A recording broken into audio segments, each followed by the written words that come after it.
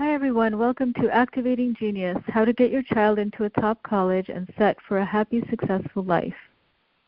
Ronald Ramsdell, founder and president of College Aid Consulting Services, will be our guest today. Ronald is thoroughly trained in the federal methodology and all the rules and regulations governing financial aid. His 28 years of experience has intensified his advocacy for improvements in the identification of financial aid opportunities and matching the right programs with a family's needs. Over the last several years, Ronald has assisted more than 18,000 families in filling out their financial aid forms correctly and reducing their out-of-pocket college expenses. His work has been featured in the media, including the Wall Street Journal. Ronald regularly conducts financial aid nights at high schools for parents of college-bound students. Welcome, Ronald. Thank you, Sonia. Thanks for having me. Yeah, well, thank you so much for joining us again. Tell us about the basic fundamentals of financial aid that families need to know these days. There might have been some changes from the last time we did an interview, which was 2 years ago. So I know some of the deadlines for FAFSA have changed and so forth. Yes. Before I do that, I would like to brag a little bit. Mm-hmm.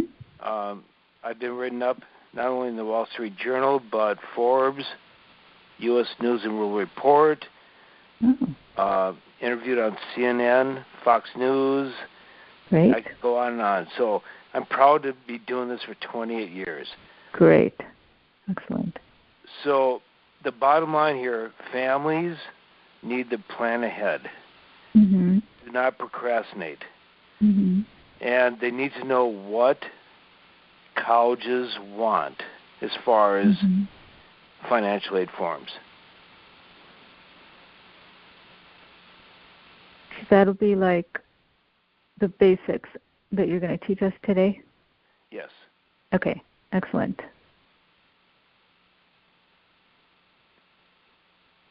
Go ahead. Oh, okay.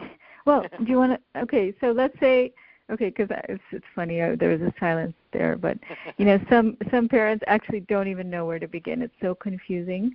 They don't know, they've heard of something called a FAFSA. They don't know if they have to fill it out in order to get scholarships and financial aid, or if they don't have to, maybe they don't qualify. You know, so that's one thing that's come up. Families are confused about. So can you tell us about the FAFSA? Yeah, okay. Regarding the particular colleges, certain colleges require certain forms. The FAFSA, the Federal Free Application for Federal Student Aid, required to obtain most federal loans, or all the federal loans. But then we get into the private colleges that require the CSS profile, which is processed by the College Board, same people who do the SAT test and everything. So families need to be aware of what forms are going to be required. And if a college requires a CSS profile form, that is the information is going to be determine the financial aid eligibility of the student. More importantly, the gift aid, the institutional aid from the college. So we got FAFSA, the federal mandated form, and the CSS profile. And moreover, some colleges may require or want the institutional colleges form. So the main focus here is what is the deadlines for these forms. And certain deadlines will differ between college to college. And more importantly, and especially if the student is going to go for early action or early decision. Mm-hmm. Okay, so you're saying basically, depending on the college, there could be up to 3 forms to fill out. Yes. Okay, and then the deadlines could be early if you're applying early, or they could appear later with the regular decision deadlines. Yes. For example, one of my clients just talked to today. He he called us up and he was kind of panicking that he had a November 15th deadline for the CSS profile, which was required at Stanford for early action, early decision. Right. So, again, my point is families need to be proactive in knowing what the deadlines are for these financial aid forms, because if they miss the deadlines, then they may be shortchanged as far as good money. Okay. Okay, so you have to meet the deadlines. Can you tell us a little about the change? I know that 2 years ago when we did this interview, the FAFSA deadline was in January, but now it's October. Can you tell us a little bit about that change? Yes, and I love this change. I'm glad they did this. It's called a prior year, meaning that you can file FAFSA in the profile as early as October 1st with, for example, the upcoming 2019-20 academic year. Families can file their information with 2017 tax information. So they go back 2 years, meaning, yeah, so, and I like this new law change. Okay. Why do you like it, by the way? What's the benefit? Well, because families have more time to plan ahead. Mm-hmm. It's not a last-minute decision. And by the way, regarding the October 1st starting where you can file the financial aid forms, most deadlines, exception here, as far as early decision, early action, most deadlines for financial aid at these colleges will be coming up next year in January, February, and March. Oh, okay. Okay. So the deadlines didn't change? Is that what you're saying? Say again? The deadlines didn't really change for the forms. It's just the FAFSA is available earlier? Yeah. Well, the deadlines for these colleges for financial aid are next year. And most of the colleges have not changed their deadlines, but families with this new change in the system can submit their forms earlier. Oh, I see. Okay, so you're able to submit it earlier with the prior year's taxes. Yes. Basically. Yes. Okay, that's the main change. Okay, got it. Okay. Great. Yeah, that definitely helps for planning because you're already done with your taxes by then from last year. Yeah. So. Well, exactly. Sonia, most families will have their 2017 1040s submitted. Right. Good.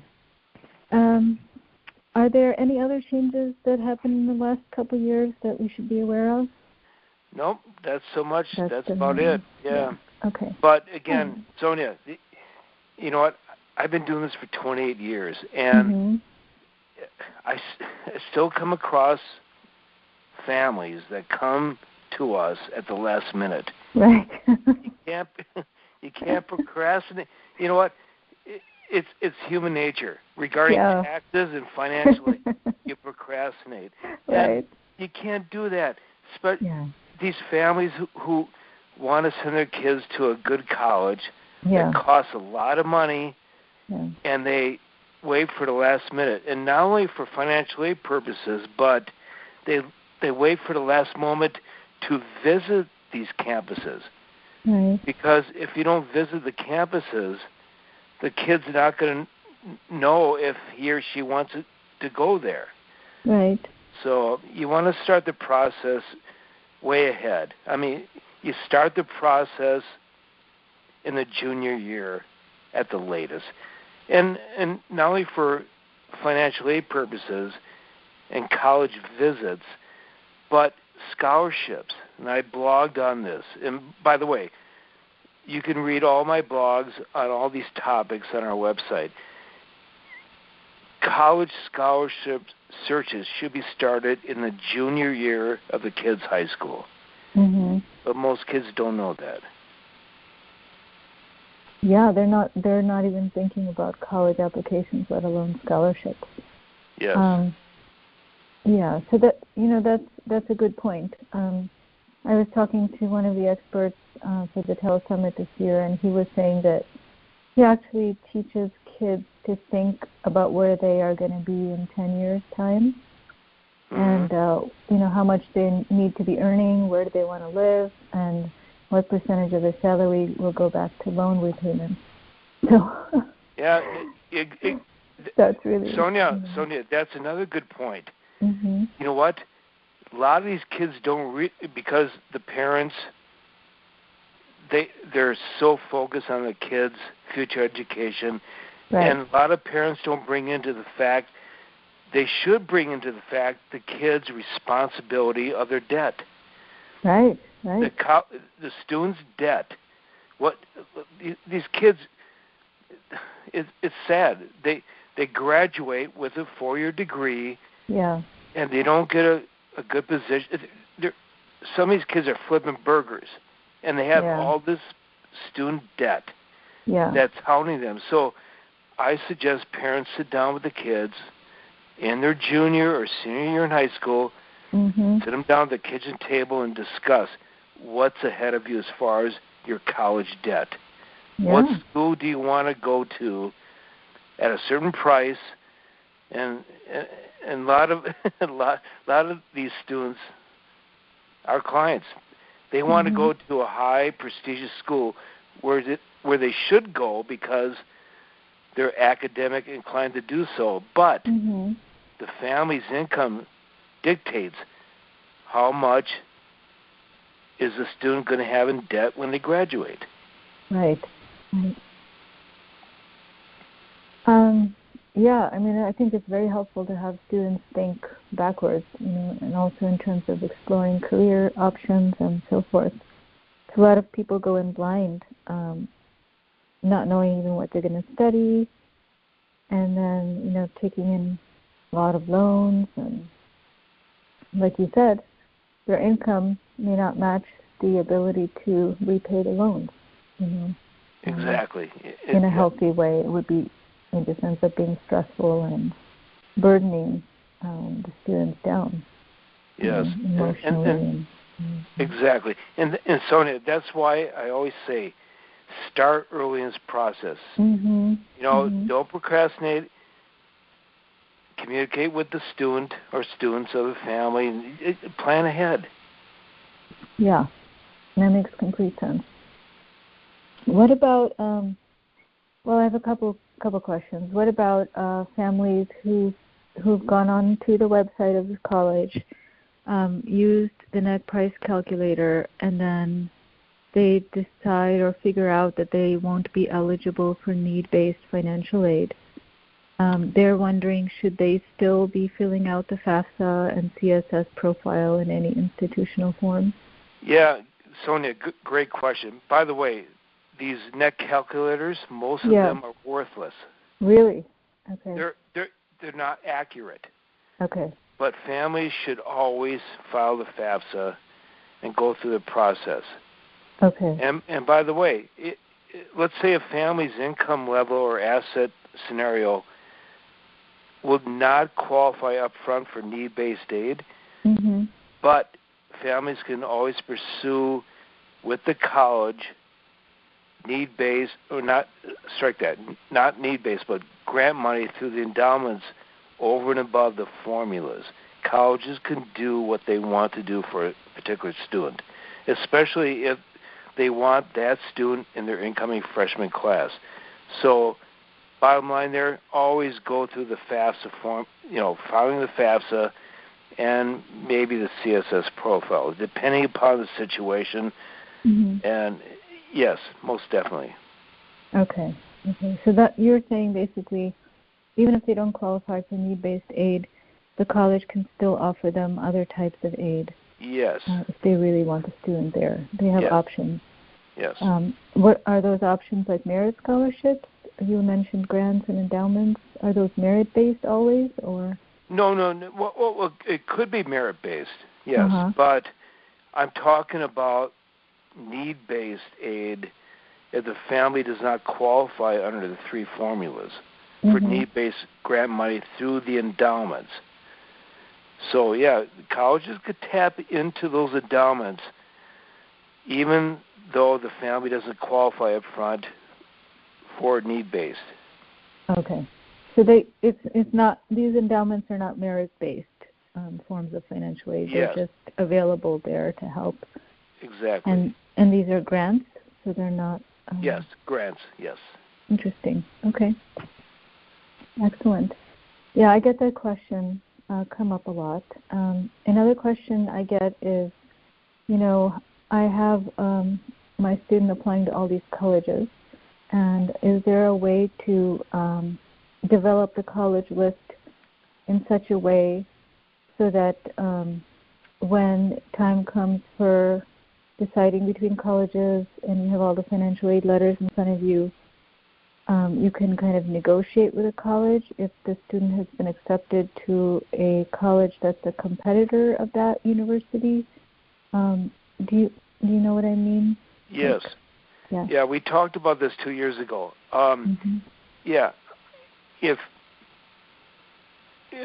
by the way, students should apply to as many colleges as possible. And if for some reason the college of his or her choice does not come up with a magnanimous award, as others have, yes, you can negotiate and state that, and that works. You know what? It still works. We've been doing this for 28 years, and back in the 90s, negotiation strategies with the fact that other colleges offered more money worked greatly, and it still works, most definitely. But it has to be a college or a university that is on the same level as that university, right? Well, like when you're showing them the letter.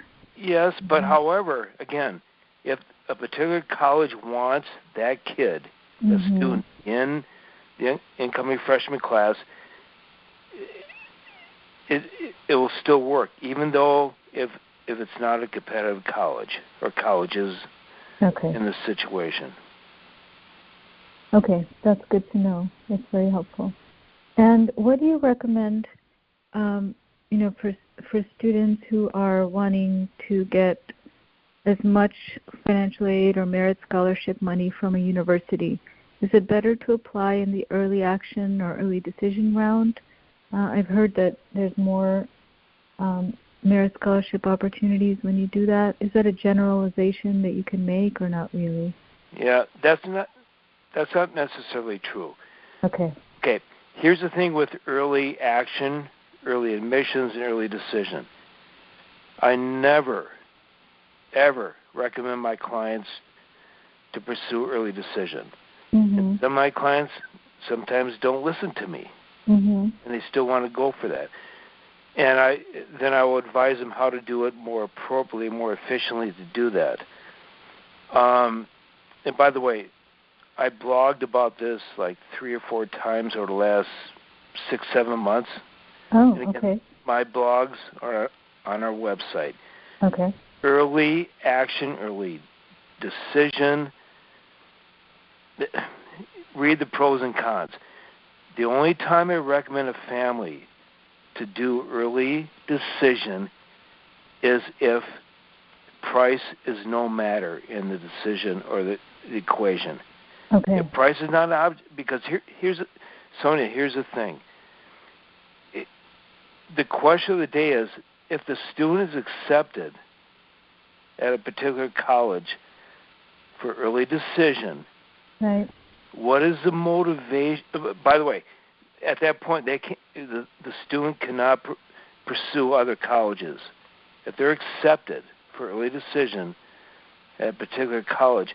So with that in mind, coming in January, what is the motivation for the college who accepted the kid, the student, for early decision to cough up more money? Right. So, if if price is no object or no consideration, if the family can afford the full ride or close to that, then, anyway, that's my 2 cents on that. Right. Okay. Yeah, well, that's good to hear from you because that's definitely a wild card, the early decision consideration. A lot of families try to strategize because they know the acceptance rates are higher, but again, if you're needing financial aid, it's definitely not the best thing to do. Yeah, in most cases, yes. Mm-hmm. Okay, good. What kind of scholarship advice do you give to students these days? How to get the most money from outside kind of agencies? Yes, and you know what? I did a recent blog on this topic, again, on our website at morecollegemoney.com. Okay. Students, scholarships, they need to start pursuing them in the junior year of high school. Okay. Because once you get in the senior year of high school, a lot of scholarship sources that these kids are pursuing have expired. But wow. but moreover, again, go to our website and read my blog on this topic. I cite like 12 points of how to pursue and how not to pursue the scholarships. Oh, okay. So it has to be done junior year even before you apply to college? Yes. Okay. I haven't heard that before, so that's interesting. Well, I'm glad we talked. Now, yes. Yeah. You know what? The outside scholarships have nothing to do with what colleges the students are pursuing. Right. They're outside the college. True.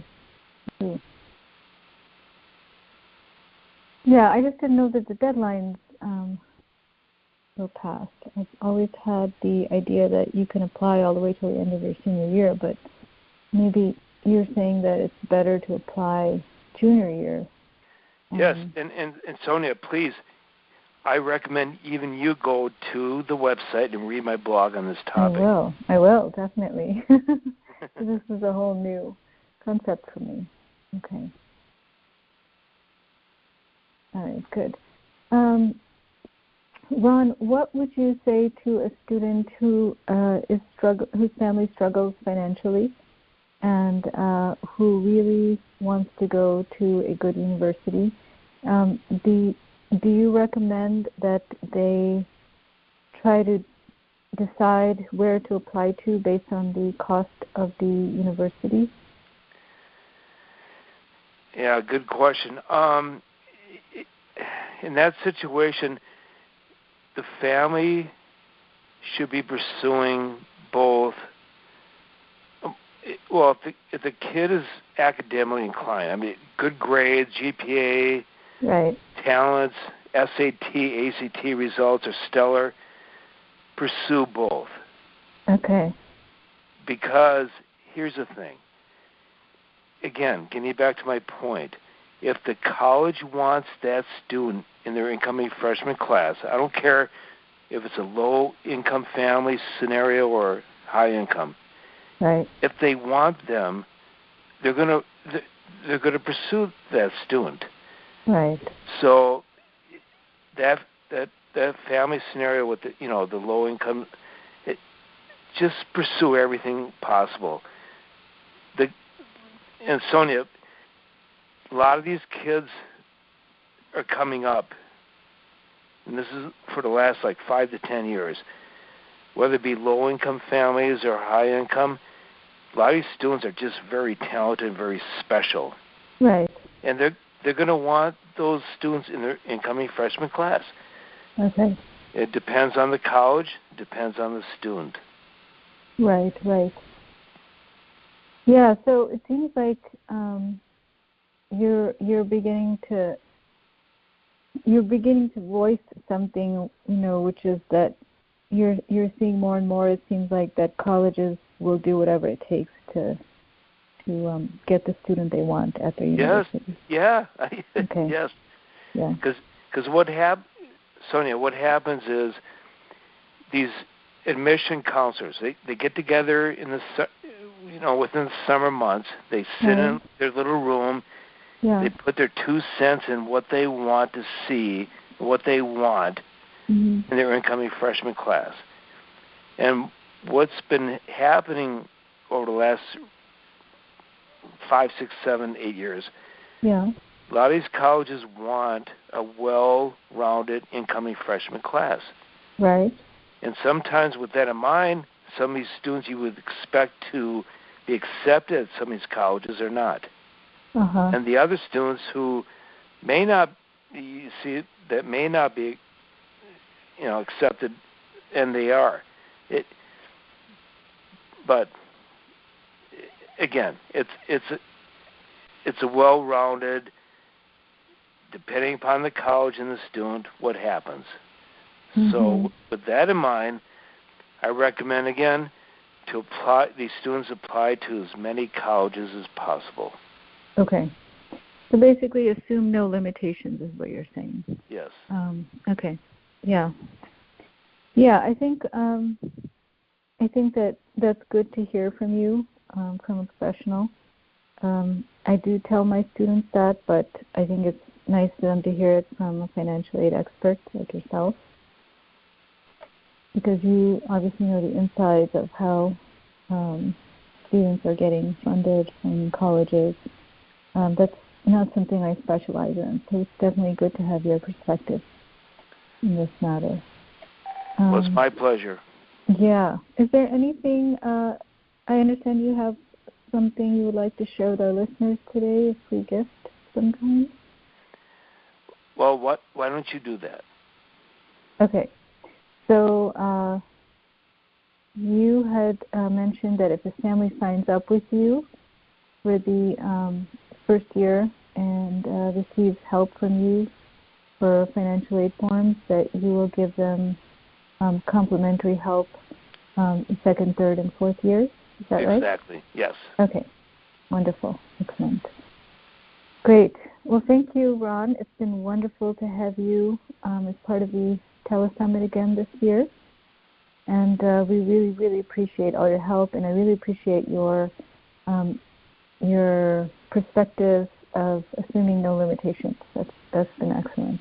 Thank you. Well, it's my sincere pleasure. Okay. Thank you.